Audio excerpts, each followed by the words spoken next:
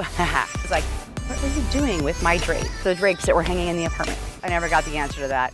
This is Carrie from Sky Properties, and today we're going to talk about the real difference between a property manager and an owner.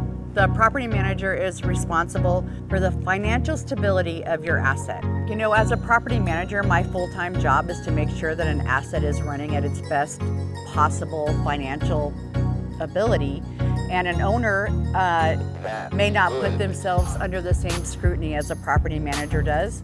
A lot of mom and pop owners will step over dollars to pick up pennies, and what I mean by that is they'll use a vendor that's not insured to save $100, and then if that vendor does damage, they'll have a bill larger than $100. So financially it doesn't pencil out. You really want to make sure that when you're saving money, you're not sacrificing quality or value in the long run. Owners don't keep up to date on all the laws, and that's how they get into a lot of trouble and end up coming to my company, is that they just can't keep up on everything. It's so much information.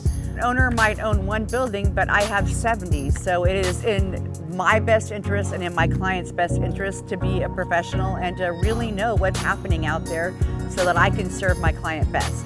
Mom and pops will save expenses, but a lot of times they don't increase value because they're not watching both ends of the spectrum, and that's a big deal. I know a lot of mom and pop owners that will take their last vacancy and add $100 and see if they can get it, and that is not the best way to do a market survey. A lot of times the market goes screaming ahead and they have no idea.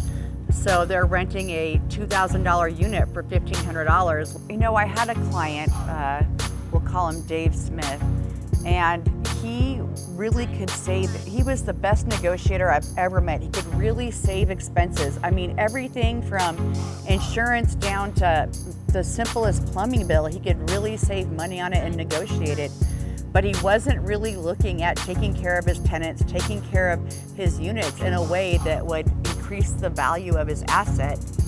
And he definitely wasn't going out and doing market surveys and getting the best value for his units. And that ended up really costing him money in the long run. And when we came in and were able to raise his rents by sometimes 50%, it really ended up paying off for him when he wanted to retire.